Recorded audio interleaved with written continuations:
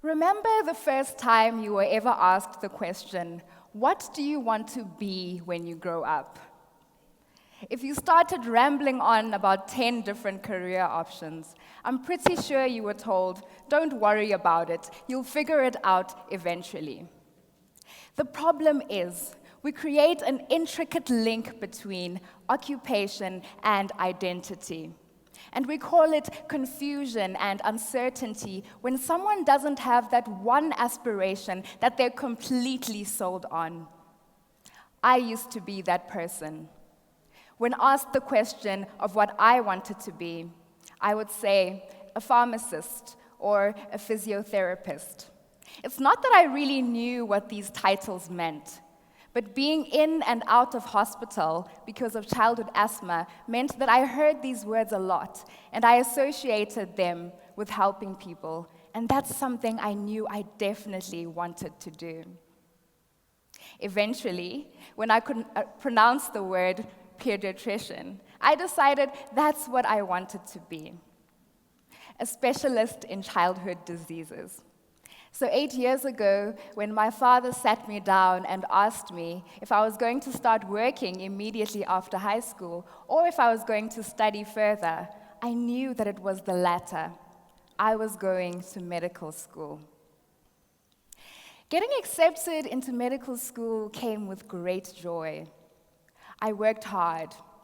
After my first year, my efforts were rewarded with an invitation to join the Golden Key International Honor Society because I was in the top 15% of my class academically. I was very excited. 3 years later, I was burnt out and disillusioned. I wanted a way out. I felt that there was a gap between the theoretical aspects of medicine and the practical work that we were expected to do in the hospital, and I was struggling to bridge this gap. I didn't quite know how to express how I felt, so I found comfort in writing.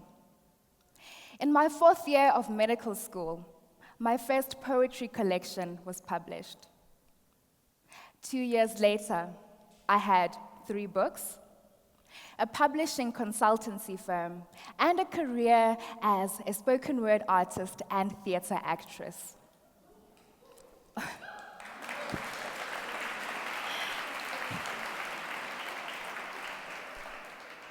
All of this while still pursuing a career in medicine. But how did I do this? Well, I'm going to share with you the 3 ways in which I fully embraced my multiple passions. The first thing that I did, I made time for the things that I loved. Lao Tzu said, time is a created thing. And to say I don't have time is the equivalent of saying I don't want to. So I became a juggler. I ran marathons. I entered beauty pageants. I attended spoken word sessions. I auditioned for plays. And with all of this juggling, some balls stayed in the air, some fell to the ground. But all of this taught me very, very important lessons about myself. The second thing that I did, I found out where I was replaceable. In my 5th year of medical school, I contracted pneumonia from one of my patients. I became very ill. But getting time off was almost impossible. So I made a conscious decision to step away and focus on my healing. I knew that I couldn't be everywhere at once. So I decided to find out what demanded my immediate attention and focus on that. The third thing that I did, I became unapologetic. Grace Hopper said, "It is better to ask for forgiveness than to get permission." So I asked myself, should I ask for permission to do the things that I want to do? Be told that they're impossible and then be miserable for the rest of my life?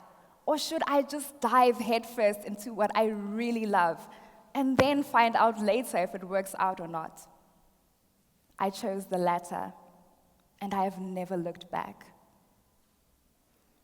So let me ask you this. If you could go back in time and be asked the question, what do you want to be when you grow up? What would the answer be this time? And why not everything?